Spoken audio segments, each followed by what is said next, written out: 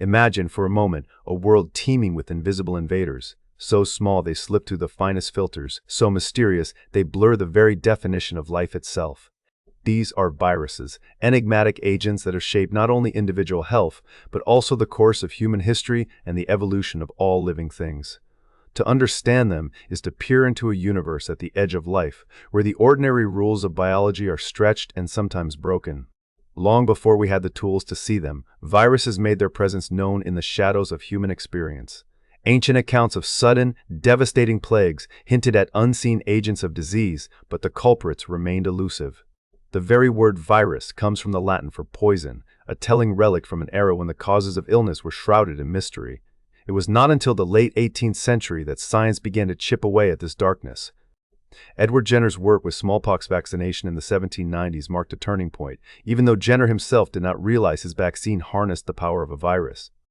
Later, Louis Pasteur's development of the rabies vaccine in the 19th century pushed the field further, but the true nature of these infectious agents remained out of reach. Filtration experiments in the late 1800s finally began to unravel the mystery. In 1892, Dmitry Ivanovsky, investigating a disease that plagued tobacco plants, passed sap through a porcelain filter fine enough to trap bacteria. Astonishingly, the filtered liquid still caused disease in healthy plants. This pointed to something even smaller than bacteria, something able to slip through barriers thought to be impenetrable. Martinus Beijerinck built on Ivanovsky's findings, describing this mysterious cause as a contagium vivum fluidum, a contagious living fluid. Scientists began speaking of filterable agents, a term that would eventually give way to the modern concept of viruses. Yet for decades, no one had actually seen a virus. The invention of the electron microscope in the 1930s finally changed that, allowing researchers to visualize these minute entities for the first time. What they found was both astonishingly simple and endlessly diverse. At its core, every virus is a package of genetic instructions, either DNA or RNA, wrapped in a protective coat of protein known as a capsid. Some viruses go further, cloaking themselves in a bubble-like envelope borrowed from their host cell membrane.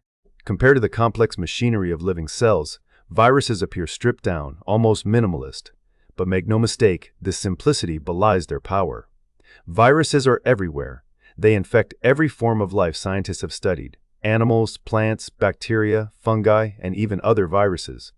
Their impact ranges from causing devastating diseases to quietly shaping ecosystems and driving the evolution of their hosts. Yet, despite their ubiquity and influence, viruses remain fundamentally different from anything else in biology.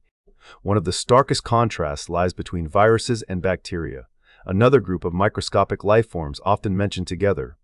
Bacteria are living cells. They have metabolism, grow and reproduce independently. They can be found just about everywhere, from soil and water to our own bodies, and while some cause disease, most are harmless or even beneficial. Viruses, on the other hand, exist in a gray area. They are not cells. Outside of a host, they are inert, unable to grow, move, or carry out the chemical reactions that define life. They cannot make energy or proteins on their own. Only when they invade a living cell is their true nature revealed. There, they hijack the host's machinery, turning the cell into a factory for making more viruses. This dependency is so complete that scientists refer to viruses as obligate intracellular parasites. They cannot replicate without a host cell. This is why antibiotics, which target the machinery of living bacteria, are useless against viruses. Each virus is a master of infiltration, carrying just enough genetic information to take over its host systems and reproduce, but not enough to sustain itself independently.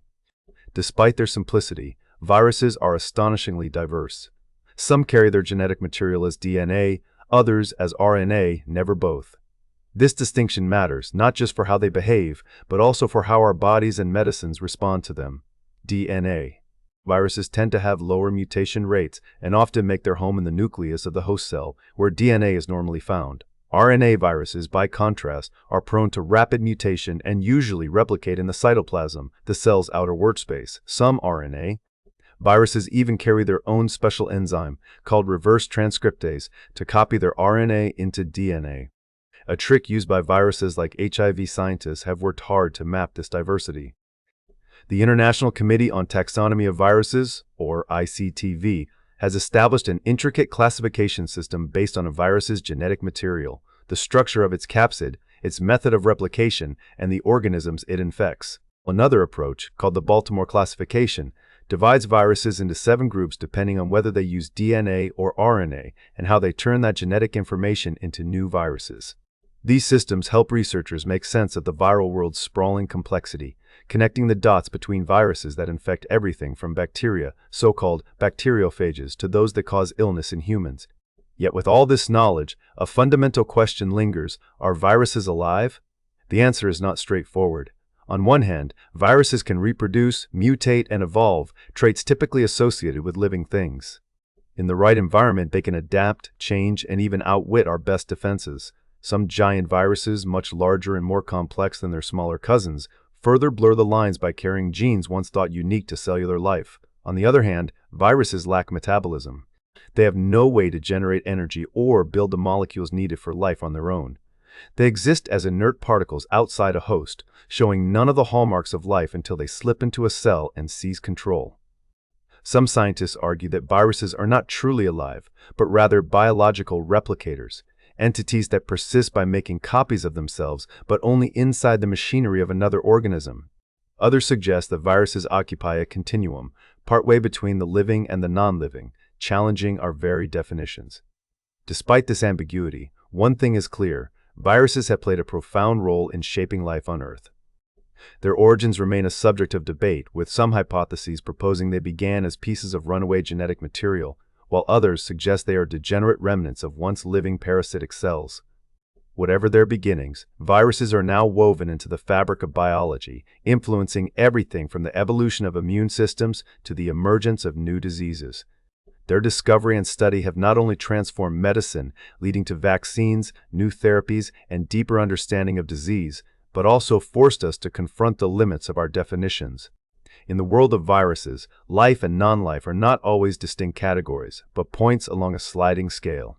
The invisible invaders that once seemed like mere poisons have revealed themselves as some of the most fascinating and consequential entities in nature.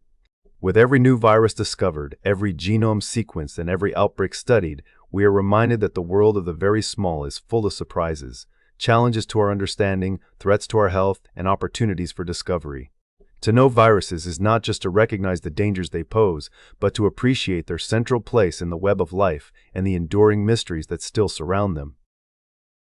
To understand the true power of viruses, one must follow them on their clandestine journey into the heart of a living cell. The viral life cycle is a story of deception, subterfuge, and absolute dependence, a tale in which the virus, unable to do much on its own, relies entirely on the resources and machinery of its host. Every viral infection unfolds in a series of carefully orchestrated steps, each as vital as the last. The adventure always begins at the surface of a cell. Imagine a single virus particle, known as a virion, drifting through the body or environment, coming into contact with a vast sea of potential host cells. But the virus cannot infect just any cell it encounters. Its first challenge is attachment, a molecular handshake that determines the virus's fate. On the outer surface of every cell, countless proteins and other molecules act as unique identity cards. Viruses are equipped with specialized surface proteins that recognize and bind to very specific receptors on the host cell. This specificity determines a virus's host range, whether it can infect plants, animals, or bacteria, and even which particular tissues or cell types within an organism are susceptible. If the viral protein and cell receptor are a perfect match, the virus anchors itself firmly to the cell, ready for the next phase. Attachment alone is not enough. The virus must now find a way inside, past the fortified barrier of the cell membrane. This step, called entry or penetration, can unfold in several ways. Some viruses, especially those with an envelope derived from previous host cells, fuse their membrane directly with that of the host, slipping their genetic contents inside. Others, particularly those without an envelope, are taken up by the cell through a process called endocytosis. In this case, the cell unwittingly engulfs the virus in a bubble of membrane, drawing it inside. Regardless of the method, the result is the same. The virus is now within the cell's boundaries, but its journey is far from over. Once inside, the virus faces another obstacle. Its genetic material remains encased in a protective protein shell or capsid, and perhaps additional layers from its envelope. Uncoding is the process by which the virus sheds these outer layers, freeing its genetic instructions into the host cell's interior. Only now can the virus begin to commandeer the cellular machinery for its own purposes. The next step, Replication lies at the very heart of the viral life cycle and is where the differences between DNA and RNA viruses become most apparent. For DNA viruses, replication frequently takes place in the nucleus, the cell's command center, alongside the host's own DNA. These viruses often rely on the cell's enzymes to copy their genetic material and to transcribe it into messenger RNA, which directs the production of viral proteins, RNA. Viruses, in contrast, usually replicate in the cytoplasm, the main body of the cell. Lacking access to the host's DNA handling machinery, many RNA viruses bring along their own specialized enzymes to copy their RNA and translate it into blueprints for new viral proteins. The precise mechanisms can vary widely from one virus to another, but the outcome is always the same. The host cell's energy and raw materials are diverted to serve the virus's needs. Some viruses take the art of manipulation even further. Certain large bacteriophages viruses that infect bacteria have been observed to reorganize the interior of their host cells, creating special compartments that separate the processes of copying the viral genome from building viral proteins. This strategy echoes the division of labor seen in more complex eukaryotic cells, with the viral DNA protected in a distinct region, while the rest of the cell becomes a factory for viral parts. In animal cells, some viruses hijack the cell's secretory pathways, using the same channels that normally transport proteins to assemble and move viral components to their proper locations. The result of all this is a flood of new viral elements, genetic material and proteins, ready to be assembled into brand new virions. This assembly stage is a marvel of molecular engineering. Viral proteins self-organize into protective shells, encapsulating freshly replicated genomes. In some cases, additional enzymes or structural components are packaged along with the genetic material, ensuring that each new virion has everything it needs to begin the cycle anew. But a virus's work is not complete until it escapes the confines of the host cell. The release phase can unfold in dramatic or subtle ways, depending on the nature of the virus. Some viruses, especially those that infect bacteria or certain animal cells, follow the lytic pathway. Here, the cell is filled to bursting with new virions until its membrane ruptures, killing the host and releasing the viral progeny in a sudden, violent wave. Other viruses are more discreet, budding gently from the surface of the cell. These viruses acquire a new envelope made from the host's own membrane as they exit, allowing the cell to survive, at least for a time, even as it continues to produce and release more virus particles. The lytic and budding cycles represent two ends of a spectrum, and the consequences for the infected organism can differ dramatically. A lytic infection often results in rapid cell death and can trigger an intense immune response. Budding, on the other hand, may allow for a more prolonged, persistent infection, sometimes evading immediate detection by the host defenses. In the case of viruses that infect bacteria, bacteriophages, the story can take yet another twist. Some phages are capable of entering a dormant state within the host genome, a process known as lysogeny. Instead of immediately hijacking the cell's machinery to make more viruses, the viral DNA integrates itself into the host's own DNA and lies low, replicating silently each time the cell divides. This latent phase can last for generations until some trigger, such as environmental stress, awakens the virus, setting off a new round of active replication and cell destruction. While details of lysogeny are most often studied in bacteriophages, similar persistent strategies can occur in animal and plant viruses, allowing them to evade the immune system and persist within their hosts. Throughout every stage of this cycle, the virus is not a passive passenger. It actively manipulates and remodels the host cell structures, sometimes even creating virus-specific compartments within the cell or redirecting the flow of molecules to favor its own assembly and export. Some viruses hijack the host's endocytic machinery to gain entry, while others modify the pathways used to transport and secrete proteins, ensuring that new virions are efficiently built and released. The viral life cycle is thus a finely tuned sequence of events: attachment, entry, uncoating, replication, assembly, and release, each dependent on the successful completion of the last. The diversity of strategies employed by different viruses reflects their long evolutionary history and the endless arms race between viruses and their hosts. Whether by destroying cells outright or by slipping silently through the cracks, viruses have evolved to exploit every vulnerability, turning the basic processes of life against the host for their own propagation. In the end, what emerges from this intricate choreography is the very essence of the virus, an entity defined not by what it is, but by what it does. The viral life cycle is a testament to the power of simplicity and the relentless drive of nature's smallest invaders to survive and multiply, often at the host's expense. This ongoing struggle between virus and host shapes not only the fate of individual cells, but entire species and ecosystems, fueling evolution and driving the perpetual dance of infection and defense. Imagine a microscopic battlefield raging deep within the tissues of every living thing. The protagonists are viruses, ingenious, adaptable, and relentless, locked in combat with the very cells they seek to conquer, aided by the vigilant forces of the immune system. This is not a war of swords and shields, but of molecules and messages, of camouflage and detection, of sabotage and defense. The outcome of these battles, played out countless times each day within our bodies, can mean the difference between health and disease. When a virus breaches the body's outer defenses, it encounters the immune system, a network of cells, molecules, and tissues finely tuned over eons to distinguish friend from foe. The immune system operates on two main levels, the innate and the adaptive. The innate response is immediate, a rapid, broad-spectrum assault designed to contain threats before they can establish a stronghold. Cells like macrophages and dendritic cells patrol the body, detecting viral invaders and unleashing a cascade of inflammatory signals. These signals summon more defenders to the site of infection and can even make nearby cells less hospitable to viral replication. Interferons, a specific group of proteins released early during infection, warn neighboring cells and prepare them to resist the viral onslaught. Yet the innate immune response is only the first act. If a virus manages to slip past this initial defense, the adaptive immune system comes into play. Here, the response is more targeted, with specialized cells learning to recognize specific features of the invader. Cytotoxic T cells, for instance, play a crucial role in seeking out and destroying infected cells. They do this by scanning for bits of viral protein, known as peptides, displayed on the surface of infected cells using molecules called major histocompatibility complex class 1. This molecular display acts like a flag, signaling to the immune system that something is amiss within the cell. Natural killer (NK) cells also patrol for cells that show signs of infection or distress, providing an additional layer of surveillance. The adaptive immune system does not just fight off the current infection it remembers. Once exposed to a virus, the body generates memory cells that can recognize the same pathogen if it tries to invade again. This principle forms the foundation of vaccination, which trains the immune system against future encounters with dangerous viruses by exposing it to harmless parts of those viruses. But viruses are not passive targets.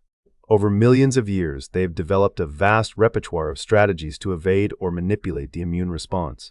Some viruses interfere directly with the way infected cells present viral peptides on their surfaces, making it harder for cytotoxic T cells to spot them. Others disrupt the production or signaling of interferons, blunting the body's early warning system. Research has shown that both DNA and RNA viruses can sabotage interferon signaling, remodel the architecture of host cells, or even silence certain genes to escape detection.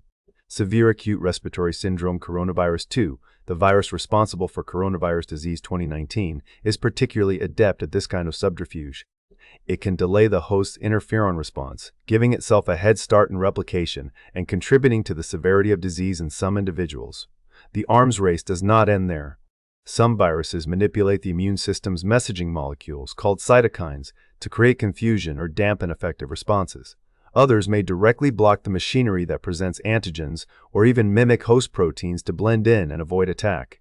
The sheer diversity of these strategies is a testament to the relentless pressure viruses face from host defenses. This evolutionary tug-of-war shapes not just the virus, but the host as well. Over time, hosts have developed new ways to recognize and respond to viral threats, while viruses have evolved fresh tactics for evasion. Scientists believe that this ancient struggle has influenced the evolution of gene regulation and immunity in profound ways, with the signatures of viral battles written into the DNA of many species. Some of the most complex and adaptive elements of the immune system appear to be the result of this ongoing conflict, evidence of a billion-year arms race played out across the tree of life. Yet the consequences of host-virus interactions extend far beyond simple infection and clearance. In some cases, viruses establish chronic infections, persisting in the body for years or even a lifetime. Human immunodeficiency virus, hepatitis B and C viruses, and herpes viruses are known for their ability to evade immune defenses, establishing long-term residence within their hosts. These chronic infections can lead to persistent immune activation, exhaustion of immune cells, and, over time, significant tissue damage or disease. The story grows even more intricate in the context of co-infections, when an individual is infected with more than one virus at a time. Such situations can alter the course of disease, disrupt host defenses, and complicate both diagnosis and treatment. For instance, one virus may suppress immunity in a way that gives another virus an advantage, or the combined presence of multiple viruses might provoke an unusually severe immune response. The interplay between different viruses within a single host can ripple outward, influencing the outcome of illness and even affecting how the host responds to future infections. Sometimes, the legacy of viral infection is written not in illness, but in transformation. Certain viruses can disrupt cellular pathways so profoundly that they push cells toward uncontrolled growth, leading to cancer. These so-called oncogenic viruses hijack the host machinery for their own benefit, inadvertently triggering the molecular changes that underlie tumor formation. In other cases, viral infections may leave the immune system altered, either more susceptible to new threats or, in some cases, better prepared to defend against other invaders. The cost of immune defense is not always paid by the virus alone. The very mechanisms that protect us from viral invaders can, under certain circumstances, inflict damage on our own tissues. Inflammation, cell death, and the release of toxic molecules can harm healthy cells in the crossfire. This delicate balance between eradicating the invader and preserving the host defines much of the drama of viral infection. The immune system must react forcefully enough to clear the virus, but not so aggressively that it destroys the very body it is meant to protect. For the vast majority of viral encounters, the host wins. Early defense mechanisms often eliminate viruses before they can establish a foothold, or at least keep infections so mild as to be unnoticed. But when viruses find ways to persist, whether by evading detection, manipulating immune signals, or establishing latency, they can tip the scales toward chronic disease.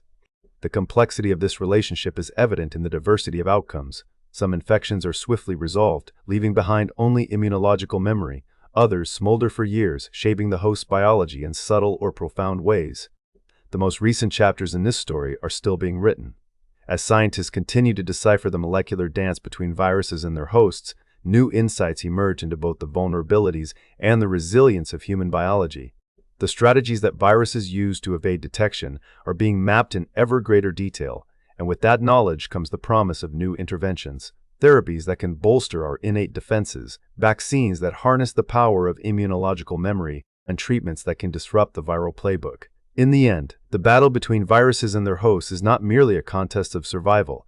It is a driving force in the evolution of life, shaping everything from the genetic code of our ancestors to the everyday workings of our immune systems.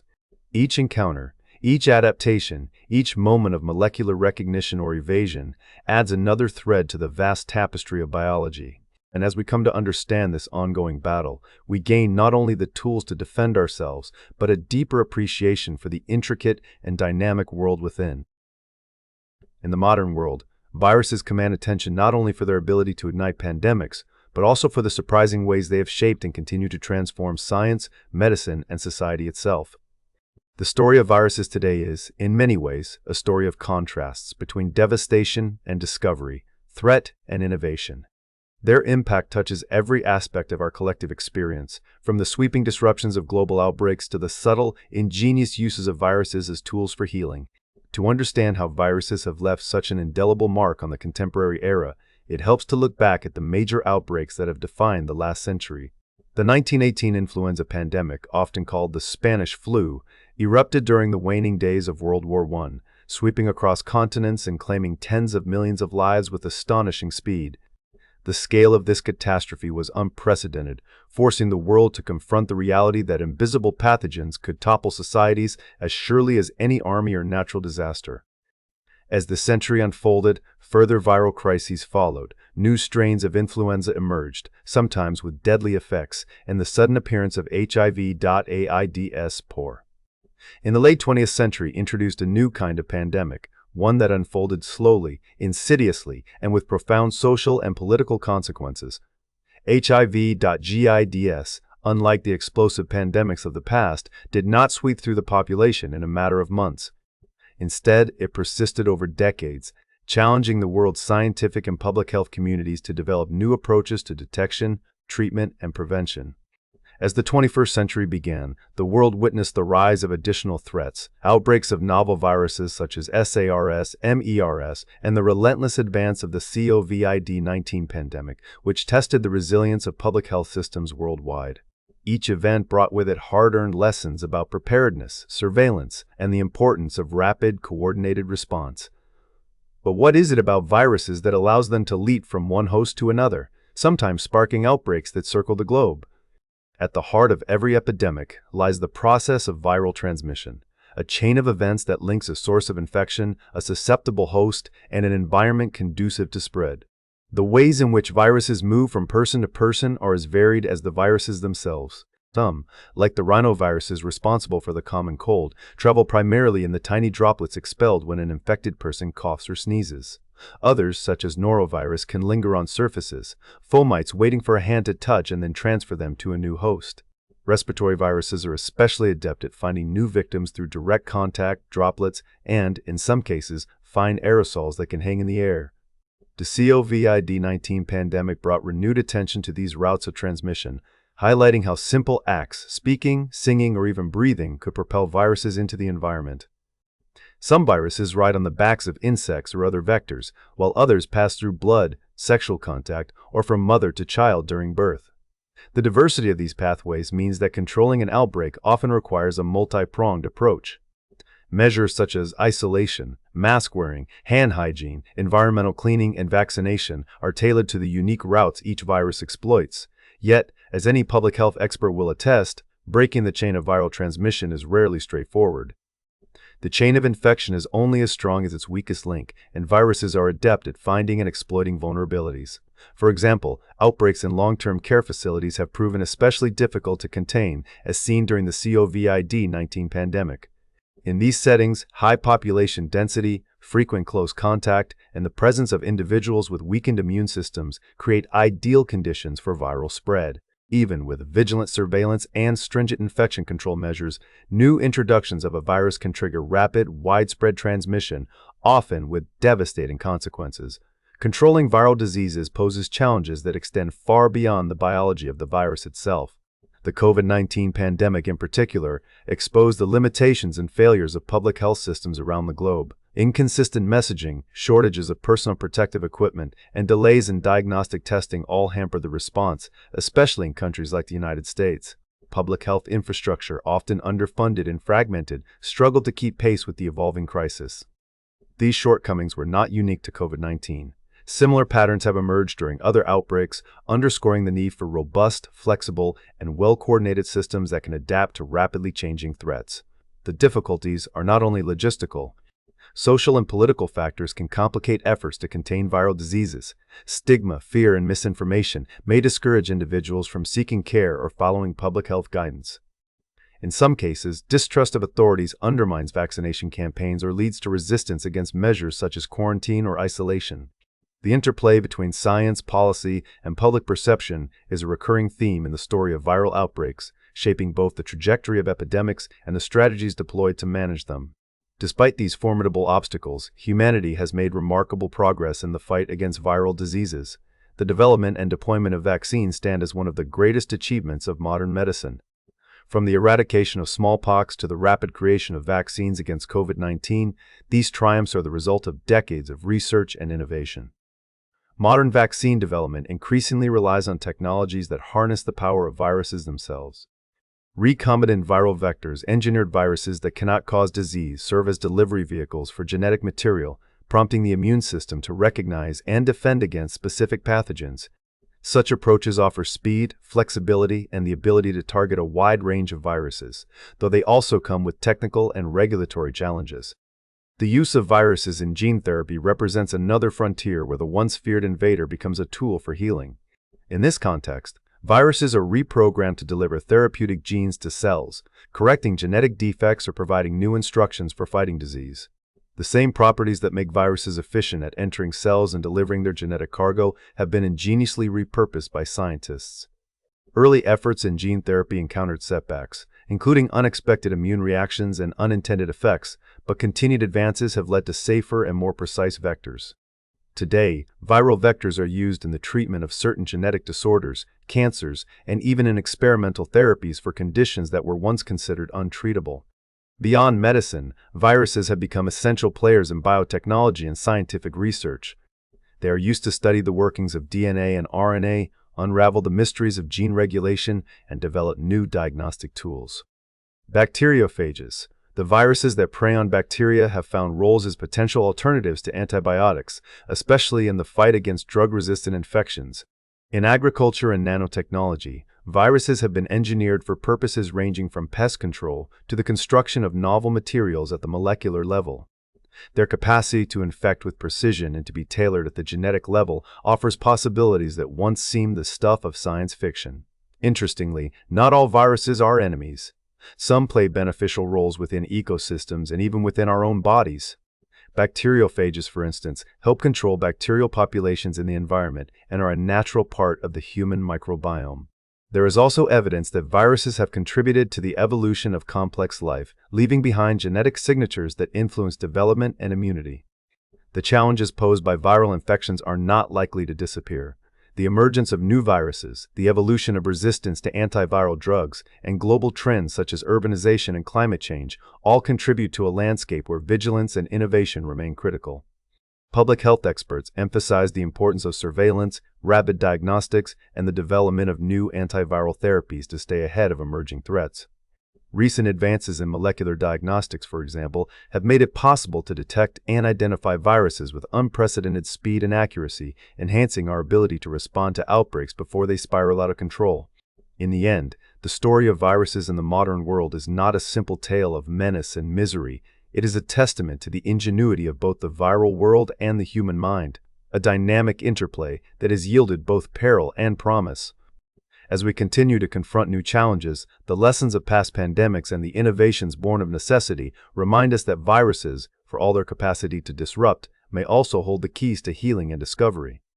The future of our relationship with these enigmatic agents will depend not just on our ability to outwit them, but on our willingness to learn from them, adapt, and harness their remarkable properties for the benefit of all.